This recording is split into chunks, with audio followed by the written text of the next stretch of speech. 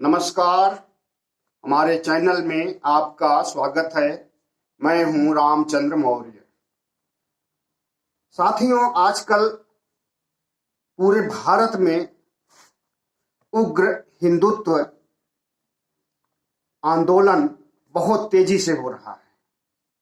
कभी चित्रकूट में, कभी हरिद्वार में, कभी छत्तीसगढ़ में, कभी बनारस में, कभी मथुरा में, कभी अयोध्या में उग्र आंदोलन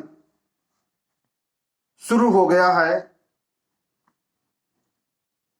हिंदू राष्ट्र बनाने के लिए। और इस आंदोलन में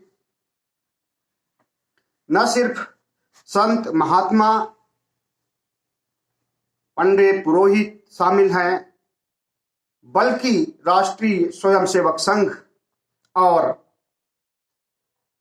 उसके तमाम संगठन, हिंदू महासभा, बजरंग दल वगैरह वगैरह जिस तरह की भाषणबाजी कर रहे हैं, जिस तरह से जहरीला भाषण दे रहे हैं, जिस तरह से मरने मारने की बात कर रहे हैं और जिस तरह से एक समुदाय विशेष को निशाना बना रहे हैं, क्या इससे हमारे देश को, हमारे संविधान को, हमारे लोकतंत्र को खतरा उत्पन्न हो गया? जी हां साथियों, आज हम इसी पर चर्चा करेंगे और हिंदू राष्ट्र की इन तमाम चीजों पर अपनी बात रखेंगे। जो गलत हो रहा है, सही तो कुछ हो ही नहीं रहा है। जी हां साथियों, तो हमारे चैनल को सब्सक्राइब कर लीजिए और वीडियो देखने के बाद इसे जरूर शेयर करें ताकि और लोग भी हमारी आवाज को सुन सकें। अभी हरिद्वार में जो हुआ आपको पता है। जिस तरह से एक धर्म विशेष के खिलाफ जहर उगला गया, भाषणबाजी की गई और भगवा संविधान को पेश किया गया, उससे आप अच्छी तरह अवगत हैं। और जिसकी भर्त्सना, जिसकी आलोचना भारत में ही नहीं पूरी दुनिया में हुई है और दुनिया के देश भारत को सहिष्णु और धार्मिक देश या एक आदर्श प्रजातंत्र मानने के सामने प्रश्न चिन्ह खड़ा कर रहे हैं। जब से भारत में मोदी सरकार आई है 2014 से, तभी से हिंदू राष्ट्र बनाने की मांग उठने लगी है। वैसे 100 साल पहले, लगभग 100 साल पहले 1925 में जब आरएसएस की स्थापना की गई थी, उस समय से हिंदू राष्ट्र बनाने की बात कही जा रही है। लेकिन ये लोग सत्ता में नहीं थे, इसलिए इनका हिंदू राष्ट्र का सपना धरा का धरा रह गया। 2014 में जब से भारतीय जनता पार्टी सत्ता में आई है, तब से ये फिर से सिर उठाने लगे हैं और भारत की साझा संस्कृति को, भारत के धर्मनिरपेक्ष ढांचे को, भारत के संविधान को, भारत के समानता के अधिकार को, भारत में सामाजिक न्याय के खिलाफ कुचक्र रच रहे हैं, षड्यंत्र रच रहे हैं और लोकतंत्र के सामने प्रश्न चिन्ह बन करके खड़े हो गए हैं। इसलिए इनकी आलोचना होनी चाहिए, इनकी भर्त्सना होनी चाहिए और जरूरत पड़ने पर इनके खिलाफ संघर्ष भी होना चाहिए, आंदोलन होना चाहिए। वही आंदोलन जिस तरह का आंदोलन किसानों ने किया था। किसान भी शामिल होंगे, मजदूर भी शामिल होंगे, युवा भी शामिल होंगे, स्त्री पुरुष नर नारी सब शामिल होंगे और भारत को एक भगवा संस्कृति पहनाने का जो कुचक्र रचा जा रहा है, इसके खिलाफ सब लोग एकजुट होंगे। साथियों, इन दिनों जिस तरह से हरिद्वार में आग उगली गई है और मुस्लिम समुदाय को नष्ट कर देने, मार डालने का फतवा जारी किया है, और भारतीय संविधान, नकली संविधान को पेश किया गया है। आप जान लीजिए कि वो जो भगवा संविधान पेश किया गया था हरिद्वार में, उसी को संविधान बनाने की कवायद चल रही है कि हिंदू राष्ट्र बनाया जाएगा तो भगवा संविधान होगा, और वो भगवा संविधान मनुस्मृति पर आधारित है। और मनुस्मृति के बारे में सब कोई जानता है कि ये समाज को विखंडित करने वाला संविधान, प्राचीन संविधान था हिंदुओं का, समाज को नष्ट करने वाला, समाज में जहर घोलने वाला, समाज में ऊंच नीच की भावना को पनपाने वाला और महिलाओं को उनके अधिकारों से वंचित रखने का काम किया गया था बहुत पहले, जब मनुस्मृति की रचना की गई थी। और उसी मनुस्मृति को आदर्श मान करके आज दक्षिणपंथी शक्तियां, कट्टरपंथी शक्तियां, धर्मांध शक्तियां, सांप्रदायिक शक्तियां भारत के धर्मनिरपेक्ष ताने बाने को तहस नहस कर रही हैं, नष्ट करना चाहती हैं और हमारी साझा संस्कृति को लुप्त कर देना चाहती हैं और अपना एकाधिकार जमाने के लिए हिंदुओं, कट्टर हिंदुओं को अपने एजेंडा को लागू करने के लिए जिस तरह से चित्रकूट में हिंदू एकता महाकुंभ की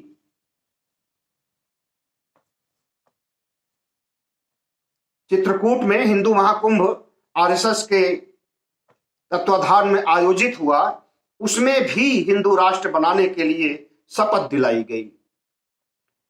दिल्ली में युवा वाहिनी, जिसे कभी योगी ने बनाया था गोरखपुर में, वह युवा वाहिनी सक्रिय हो गई है और वह हिंदू बनाने की कस्में खा रही है हाथ उठा करके, और भारतीय संविधान को ठेंगा दिखा रही है, मरने मारने की बात कर रही है, जरूरत पड़ी तो मरेंगे मारेंगे, ऐसे वाक्यों को कहा गया है।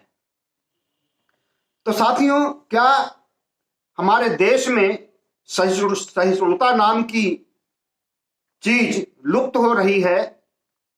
क्या हमारे देश में साझी विरासत को बचाए रखने और साझी विरासत के आधार पर सभी धर्मों को अपने धर्म अपनाने और अपनी पूजा पद्धति के हिसाब से पूजा करने का अधिकार छीना जाएगा?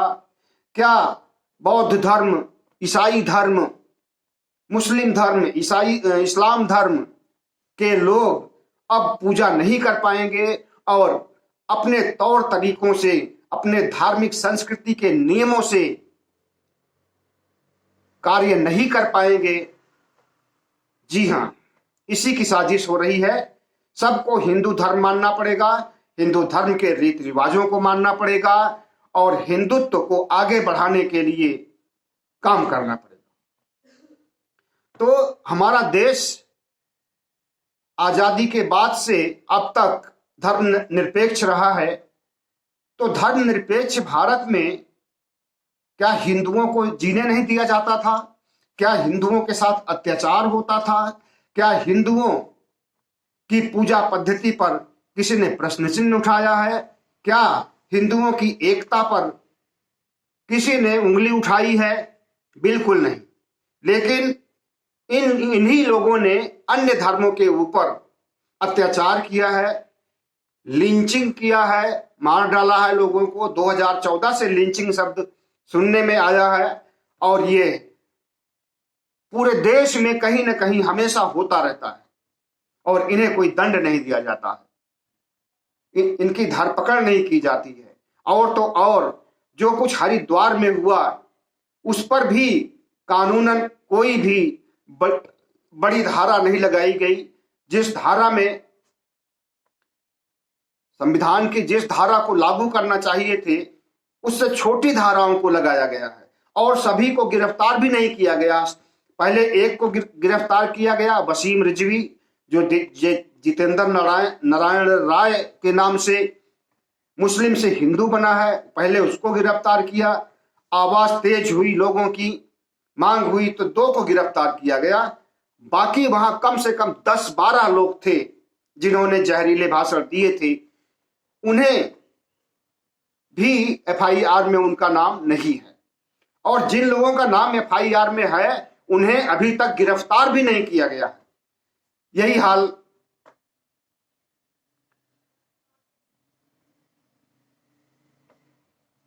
छत्तीसगढ़ में रायपुर में हुआ, उनकी भी गिरफ्तारी नहीं हो पाई है और न उन्हें दंडित किया जा रहा है। जाहिर है कि जब उत्तर प्रदेश, उत्तराखंड में भारतीय जनता पार्टी की सरकार है और इन्हीं के आनुषंगिक संगठन, साधुओं के संगठन इस तरह का घिनौना काम कर रहे हैं, तो उन्हें क्यों गिरफ्तार करेंगे? अगर वही मुस्लिम होता, मुस्लिम समुदाय के लोगों ने इस तरह से भाषणबाजी की होती, तो अब तक वे जेल में होते, सलाखों के पीछे होते। हो सकता है कि कुछ को मार भी दिया गया होता। लेकिन क्योंकि हिंदू धर्म है और हिंदू धर्म का शासन है और हिंदू धर्म को आगे बढ़ाने की बात कही जा रही है, इसलिए ये कोई भी कार्रवाई करने से कतरा रही है। साथियों, क्या हमारी साझा संस्कृति को नष्ट करना चाहते हैं? ओबीसी, एससी, एसटी को उनके अधिकारों से वंचित करना चाहते हैं? क्या वर्ण व्यवस्था को ये फिर से लागू करना चाहते हैं? हाँ, यही करना चाहते हैं। ये चाहते हैं कि भारत में बाबा साहब भीमराव अंबेडकर के संविधान को हटा करके और फिर से मनुस्मृति को लागू किया जाए, भगवा संविधान को लागू किया जाए। और ये चाहते हैं कि भारत में जैसे राजशाही राजतंत्र आजादी के पहले था, छोटे छोटे रजवाड़े थे, सामंत थे और वे लोगों के ऊपर अत्याचार करते थे, उसी राजशाही को, उसी राजतंत्र को फिर से वापस लाना चाहते हैं। क्योंकि उस राजशाही में इनके हित सधते थे। जैसे पेशवा थे, पेशवा साम्राज्य ब्राह्मणवादी साम्राज्य था और वह हिंदू धर्म और ब्राह्मण धर्म के नाम पर अपनी प्रजा के साथ अनैतिक व्यवहार करता था। यहां तक कि अगर जो मनुस्मृति के खिलाफ कोई भी शूद्र या कोई भी ओबीसी, एससी, एसटी का व्यक्ति मनुस्मृति की निंदा करता था या मनुस्मृति के नियमों को भंग करता था, तो उसे दंडित किया जाता था, मृत्युदंड की भी सजा दी जाती थी। सिर्फ पेशवा ही नहीं, ज्यादातर राजे, रजवाड़े, सामंत मनुस्मृति को मानते थे और ब्राह्मणों को महिमा मंडित करते थे। तो साथियों, वही 100 साल, 500 साल, 1000 साल पहले के अत्याचार को, गुलामी को, असहिष्णुता को ये फिर से लाना चाहते हैं और भारत को जो वर्तमान स्वरूप है उसको नष्ट करना चाहते हैं। ये चाहते हैं कि भारत न विज्ञान के क्षेत्र में आगे बढ़े, न भारत का कोई भी समाज, चाहे ओबीसी समाज हो, बहुजन समाज, एससी, एसटी, ये आगे बढ़े। इनके अधिकार को पहले ये दबाए हुए थे, अभी भी दबाए रखना चाहते हैं और इनकी जो सोच है, इनकी जो घटिया सोच है, उसी घटिया सोच को अंजाम देने के लिए हिंदू राष्ट्र बनाना चाहते हैं। भारत सर्वधर्म समभाव पर विश्वास करता है, भारत वसुधैव कुटुंबकम पर विश्वास करता है, भारत सबका साथ सबका विश्वास पर विश्वास करता है। लेकिन सबका साथ और सबका विश्वास का नारा देने वाले 2014 से अब तक उस नारे में वृद्धि करने वाले प्रधानमंत्री ये सब कुछ देख रहे हैं कि अब सबका साथ नहीं हो रहा है, सबका विकास नहीं हो रहा है, बल्कि न सिर्फ अल्पसंख्यकों का कत्लेआम करने की बात कही जा रही है, बल्कि बहुजन समाज के लोगों को भी उनके वोट के अधिकार से, उनके सामाजिक अधिकार से उन्हें वंचित किया जा रहा है। तो साथियों, इन्हीं प्रधानमंत्री ने कभी कहा था कि अगर भारत की कोई सबसे बड़ी धार्मिक पुस्तक है तो वो है संविधान।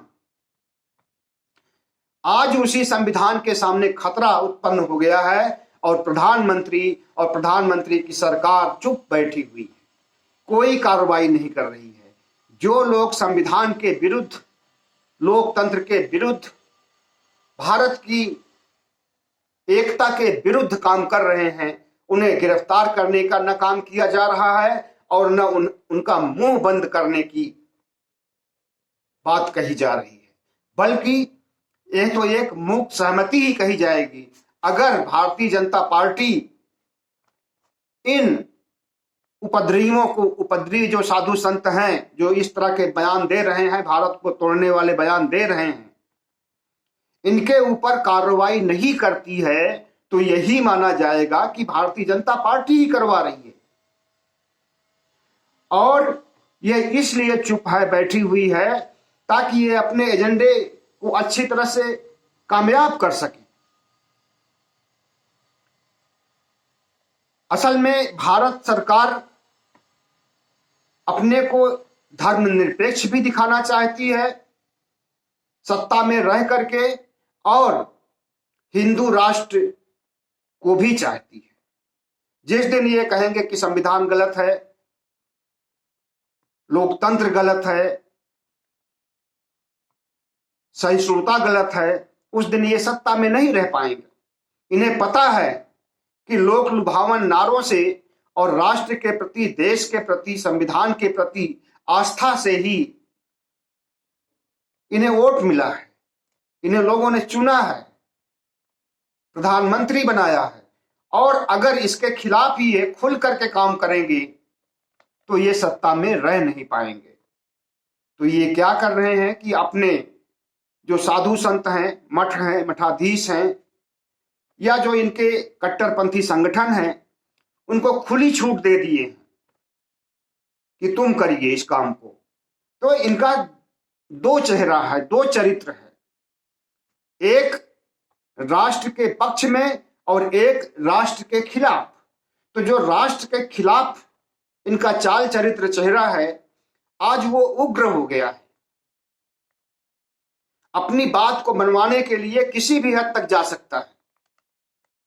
हिंदू राष्ट्र बनाने के लिए मरने मारने की बात कर रहा है, मुस्लिम समुदाय को निशाना बना रहा है, ईसाई समुदाय को निशाना बना रहा है। आपको मालूम होना चाहिए कि अभी क्रिसमस के दिन ईसा मसीह, कलकत्ता में ईसा मसीह की प्रतिमा को तोड़ दिया गया और कलकत्ते में ही मदर टेरेसा के संस्था के सामने ऐसी स्थिति उत्पन्न कर दी है कि वो संस्था अपने आप बंद हो जाएगी। उसके बैंक अकाउंट को रोक दिया गया है, सील कर दिया गया है, कोई ट्रांजैक्शन नहीं हो सकता।